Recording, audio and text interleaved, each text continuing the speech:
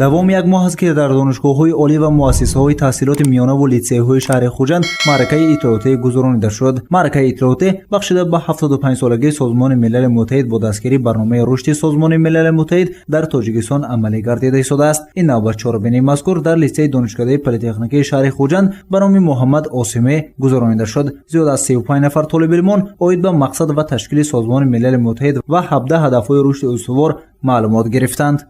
мо имрӯз дар ин семинари омӯзишӣ оид ба кай қабул шудани аввалин кай ташкил шудани семинар ва кай ташкил шудани ин созмони милалӣ боз дар бораи дар Тоҷикистон, яъне кай Тоҷикистон ба гурӯҳ ба кай Тоҷикистони мо ки соли 1992 ба қисми созмони милалӣ яъне дохил шуд, инро низ фаҳмидем.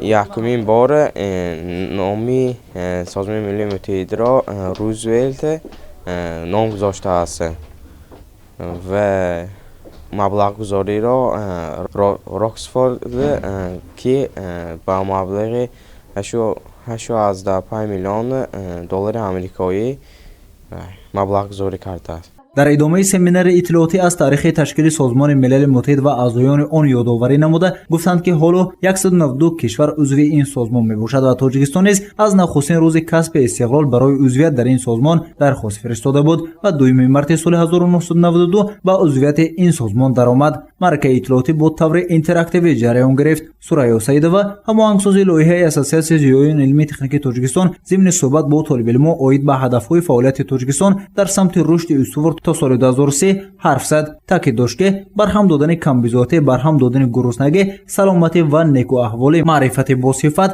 баробарии гендерӣ, оби тоза ва беҳдошт, коҳиши нобаробарӣ ин яке аз қисматҳои ҳадафҳои стратегияи рушди устувор ба ҳисоб меравад. мақсади гузарондани семинари маълумотдиҳиро намояндагони ин ташкилот дар маҳаллигардонии ҳадафҳои рушди устувор, мониторинг ва арзёбии дастовардҳои стратегияи миллии рушд арзёбӣ намуданд.